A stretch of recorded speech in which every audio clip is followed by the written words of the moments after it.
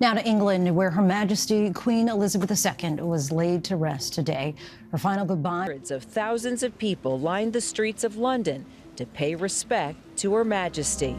Millions of people watching this funeral, expected on television and through different... The final moments for the people to see the hearse. The coffin will all the way from this part of London and central London to Windsor Castle. And we watch in silence. Her Majesty coming home to her final resting place at Windsor, reunited with the...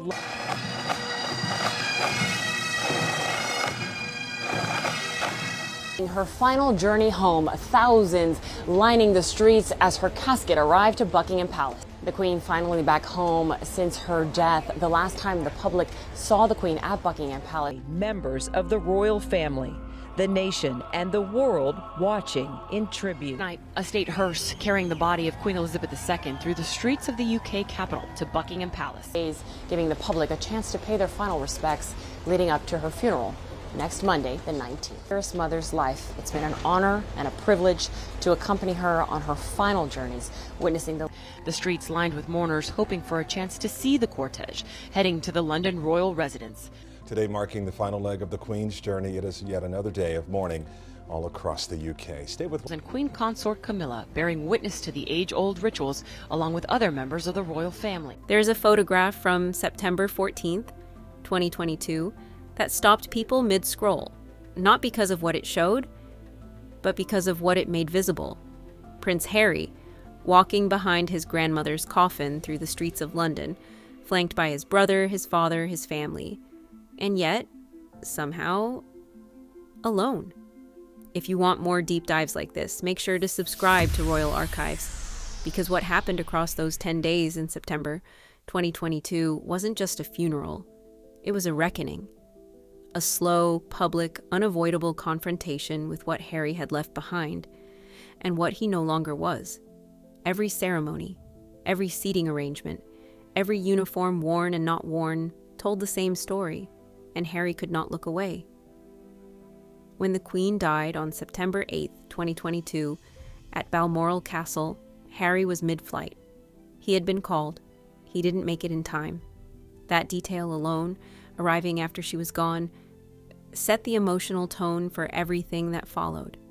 He released a statement through his Archewell Foundation 3 days later. The language was careful and personal. He called her his commander-in-chief. He spoke of the first time she met Meghan, of her meeting his children. "I cherish these times shared with you," he wrote. And then, in a moment that felt less like a press statement and more like something slipping through, "It's a lonely place up there, now without her." He said that to a group of mourners outside Windsor Castle on September 10th, not to a journalist, not in a prepared statement, to strangers holding flowers in the cold. Whichever room she was in, you felt her presence throughout. Those words didn't sound like a duke, they sounded like a grandson. But grief, however real, doesn't pause for protocol. And the protocol of the next 9 days would remind Harry, in precise institutional detail, exactly where he now stood. The working royals were announced almost immediately. King Charles, Queen Consort Camilla, William, now Prince of Wales, Princess Anne, Prince Edward. They would wear their military uniforms at every ceremony. The service of Thanksgiving at St. Giles Cathedral in Edinburgh, the procession to Westminster Hall, the Vigil, the state funeral, the committal service at Windsor. Harry would not. According to CNN's reporting at the time, only working members of the royal family who held active military rank were permitted to wear uniform. Harry had retired from the British Army in 2015 after a decade of service, including 2 tours of Afghanistan, one of which he flew Apache attack helicopters in a combat zone. When he stepped away from royal duties in 2020, his honorary military titles were removed. The Guardian confirmed he was stripped of them as part of the formal separation from working royal life.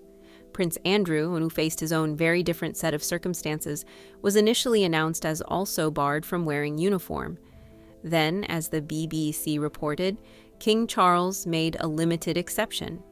both Harry and Andrew would be permitted to wear uniform for the vigil only, as a special mark of respect to the Queen. Not the procession, not the funeral, the vigil. One event. Harry's team responded quietly. His spokesperson released a statement. Prince Harry, the Duke of Sussex, will wear a mourning suit throughout events honoring his grandmother. His decade of military service is not determined by the uniform he wears, and we respectfully ask that focus remain on the life and legacy of Her Majesty, Queen Elizabeth II. Measured, dignified, and if you read it carefully, a man absorbing a decision he had no power to change. The vigil came on Saturday, September 17th. 8 of the Queen's grandchildren, William, Harry, Beatrice, Eugenie, Zara, Peter, Louise, James, stood in silence around her coffin at Westminster Hall for 15 minutes. Harry wore his military uniform. William wore his, standing together in the same formation for the first time in years. But something was different about Harry's uniform. Fox News reported, and royal filmmakers later confirmed, that the EIIR insignia, standing for Elizabeth Regina, the royal cipher worn on William's and Andrew's shoulders, was absent from Harry's uniform. The explanation given was procedural. The cipher is attached to the honorary positions Harry no longer holds. Royal observers said there was no deliberate intent, but the cameras noticed, and so clearly did everyone watching. The next morning, the state funeral, Westminster Abbey, 2,000 guests, heads of state from across the world. Harry walked in the procession behind his grandmother's coffin, beside William and their cousin Peter Phillips. He wore a mourning suit. He did not salute because the protocol that governs military saluting at state events is tied to active honorary rank, which he no longer holds. Photographers outside captured the moment. William in uniform on one side of the procession, Harry in a dark suit on the other. 2 brothers, 2 very different institutional positions made visible to every camera in the world. Inside the Abbey, the seating arrangements told their own story. As Fox News Digital reported, royal expert Shannon Felton Spence observed that Harry appeared visibly traumatized throughout the service. The arrangement placed Harry and Meghan in the second row, beside Princess Beatrice and Princess Eugenie, behind Prince Andrew, behind the working family, in the section designated for non-working royals. Harry just looked traumatized, Spence told Fox News Digital. She noted that the placement followed the logic of the line of succession, but logic and emotion rarely occupy the same space at a funeral. And Harry, who had walked these kinds of processions before, who knew exactly what every positioning decision meant, was sitting behind the uncle who had been removed from public life over a scandal in the row designated for those who had stepped aside. The CBS News correspondent Charlie D'Agata, reporting from London that day, noted the parallel that many viewers were already drawing. The last time Harry and William walked behind a coffin like this, they were boys. September 1997. Their mother, their grandfather Philip walking beside them, their father ahead. Now they were men, walking the same kind of grief, and between them, a rift that the whole world had watched develop across 3 years of interviews, documentaries, and public statements. That rift didn't disappear at the funeral gates, but it went quiet. And the quiet was its own kind of revelation. In the days between the Queen's death and her funeral, something happened that surprised even the most seasoned royal watchers. William and Harry appeared together publicly, not just at the ceremony, but voluntarily. On September 10th, 2 days after the Queen died, the brothers conducted an unplanned joint walkabout near Windsor Castle with their wives. They shook hands with mourners together. They accepted flowers together. The BBC described it as unexpected and noted that the sight of the 2 couples side by side carried a weight that no press briefing could manufacture. It was interpreted, carefully, as a gesture of unity. But unity for what purpose and at what cost was a question no one publicly answered. Because the walkabout didn't change the structure. It didn't restore the titles. It didn't return the uniform. 2 days later, the official funeral proceedings began, and the same institutional reality was waiting. Grief had brought them physically close, the institution had made clear where the lines still were. Hugo Vickers, the royal biographer whose decades of access to the inner workings of the monarchy make him one of the most credible voices in this space, has spoken extensively about the nature of royal duty and what stepping away from it means in practice. His core observation, consistent across multiple interviews and writings, is that the monarchy is not a family that happens to be royal. It is an institution that a family serves. When you leave the institution continues. The family continues. You continue. But the overlap changes. What the funeral made visible was exactly that overlap, or rather, its edges. Harry was there as a grandson. That was genuine, and no one questioned it. The emotion on his face throughout those 10 days was real, but the institution, the uniforms, the processions, the seating, the insignia, operates by its own logic, and that logic had already registered his departure. He could grieve, he could walk the procession, he could stand vigil. But the architecture of the ceremony itself communicated, in the language that royal events have always spoken, what had changed. And Harry, who grew up inside that architecture, who learned to read it before he could read anything else, understood every word. There's a moment from the committal service at Windsor, as the Queen's coffin was lowered into the royal vault at St. George's Chapel, that those who were present have described as shattering. The Lord Chamberlain broke his wand of office over the vault, a ritual symbolizing the end of royal service, and the military buglers played the last post.